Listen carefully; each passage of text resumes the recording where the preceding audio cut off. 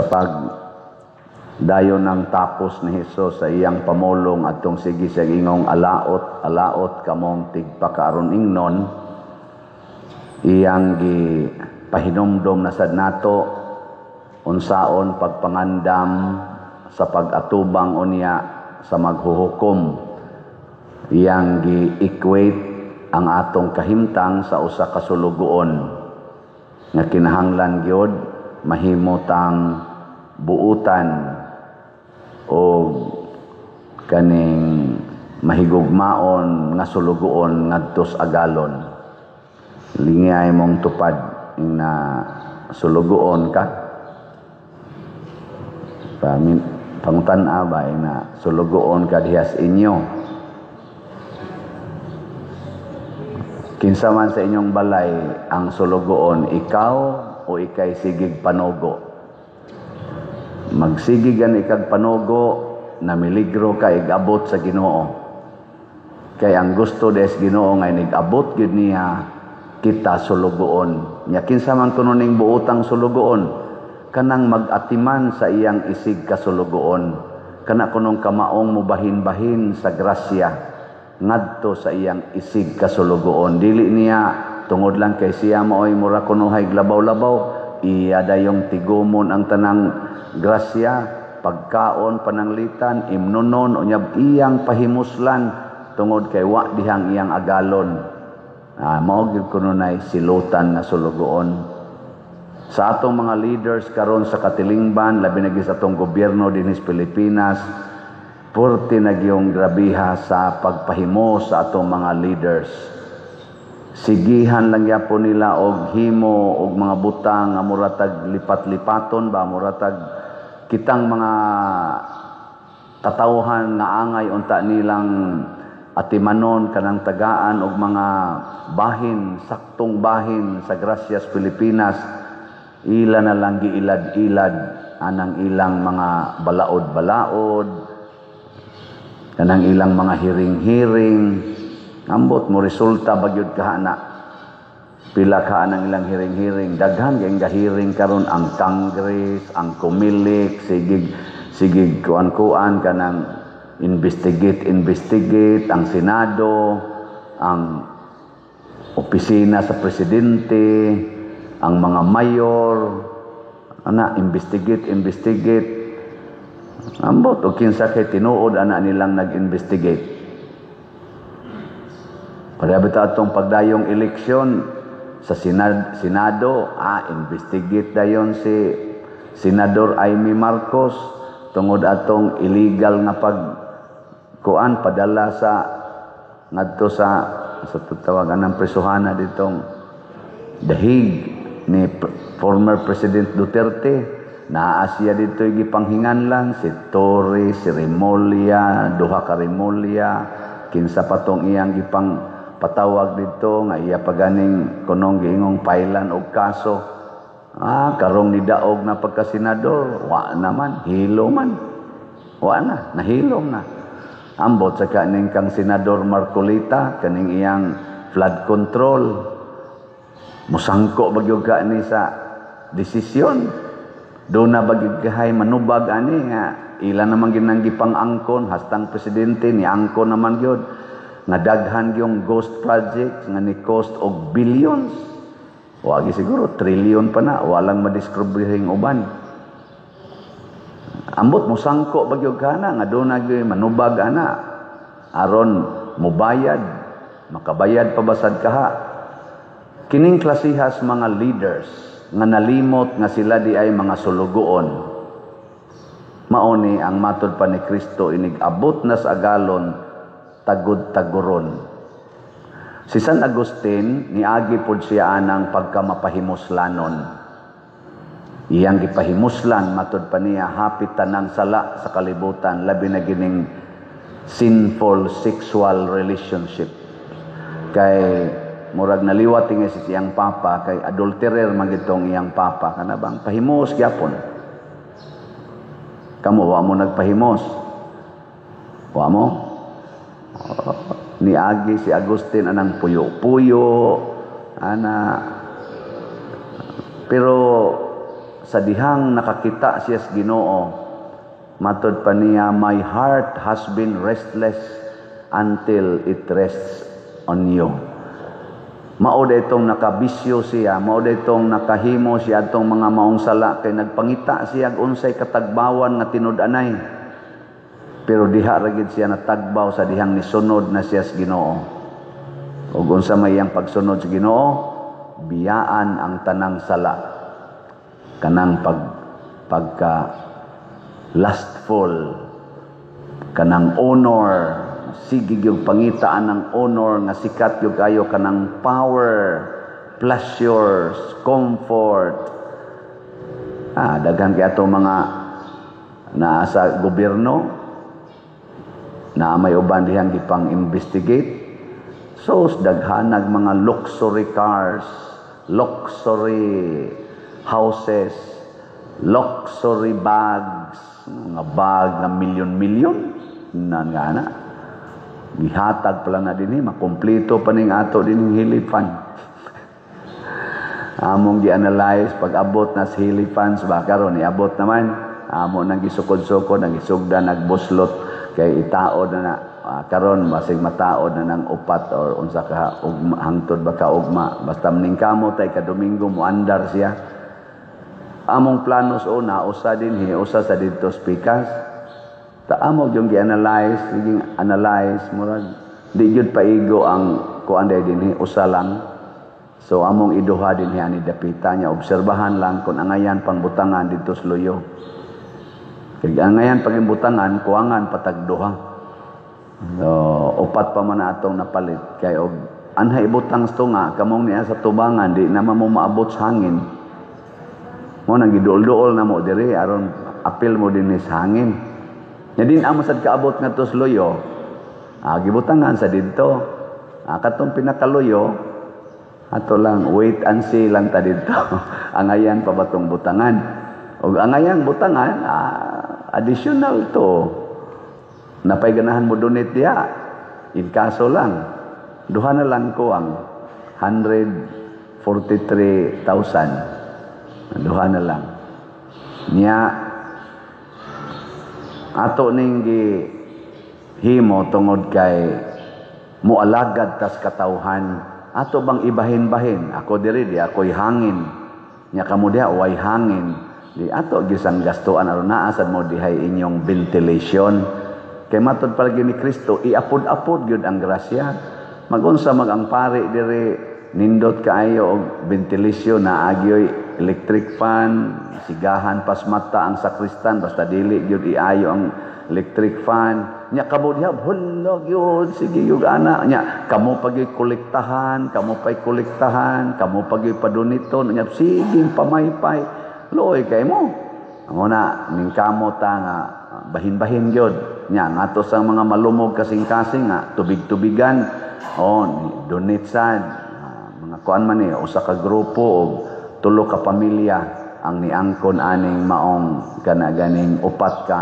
hilipans ato kunong suwayan og paminaw ini kataod ani og makaandar ni karong Domingo ato lang obserbahan usa paigo maning upat og dige paigo butangan na tog 12 ka hilipans siya harog di tamang lupad ana pero mo lagi nagkinahanglan tag mga buutang sulugoon mga parishioners nato ba nga muhago sama sa mga taga Tesalonica matud pang San Pablo unsa may nakalipay namo kay paghuman og sangyaw ninyo kamo nagpabilin nga lig-on sa inyong pagsunod sa among gisangyaw miantos pud mo mihago mo mao na nga kami nakaginhawa migluag kay nakita namo nga di namo angayan nga sigihan pagyug agak pero lipay unta aming magkuyog tagbalik pero sa amo lang nabalitaan nga inyo jung gipuy-an ang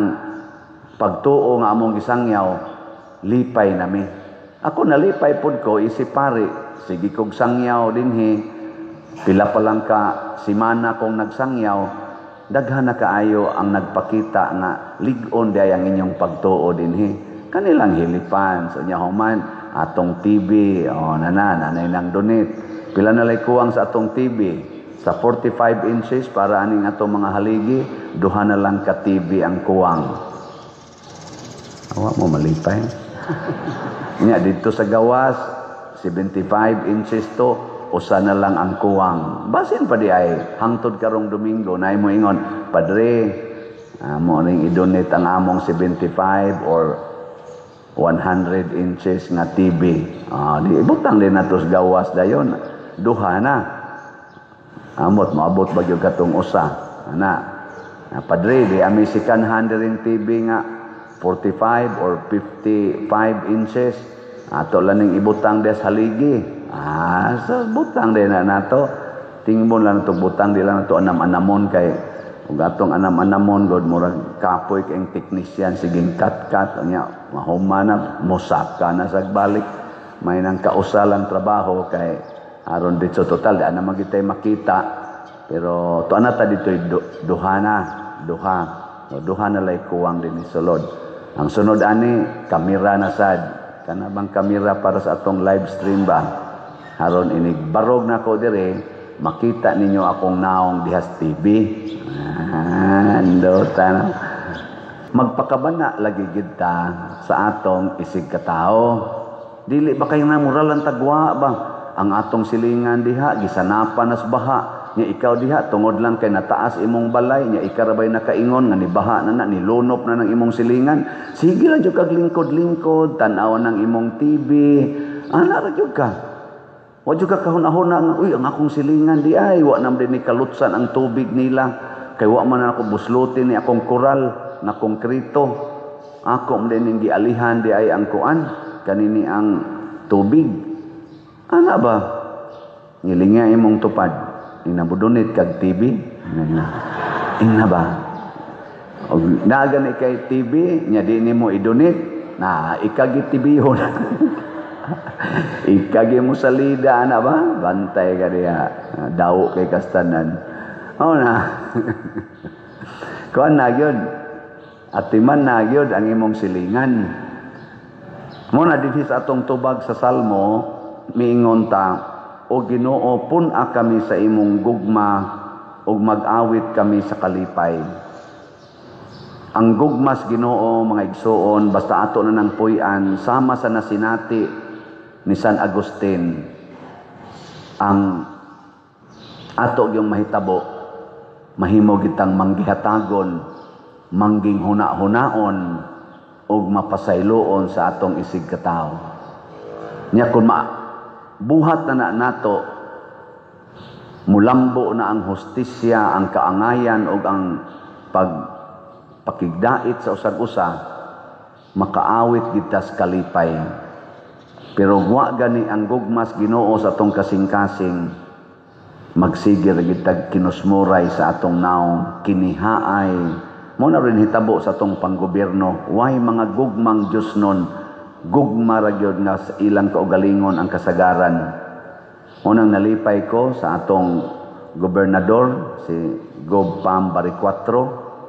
Iya yung gipaningkamutan nga bisan ang ilang selebrasyon na civil or civic society kanang 456 years anniversary sa atong probinsya sa Sugbo.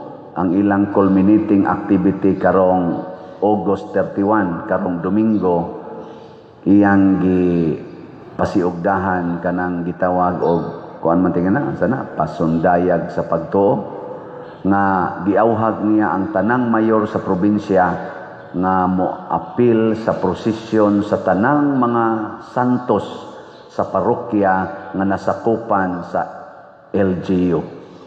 Kita dinhi magkuyog ta og ang atong mayor ug ang LGU dinhi moapil ta sa maong prosesyon na natay gihan-ay ana nga mga tawo nga mokuyog na po ka minister ba to nya daghan nga mga kofradiya di Santiago Apostol o uban pang mga mukuyog.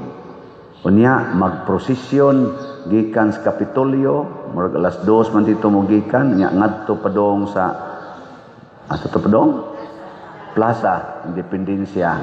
Dunay misa dito no. Nay misa dito iguman igabot dito mga santos.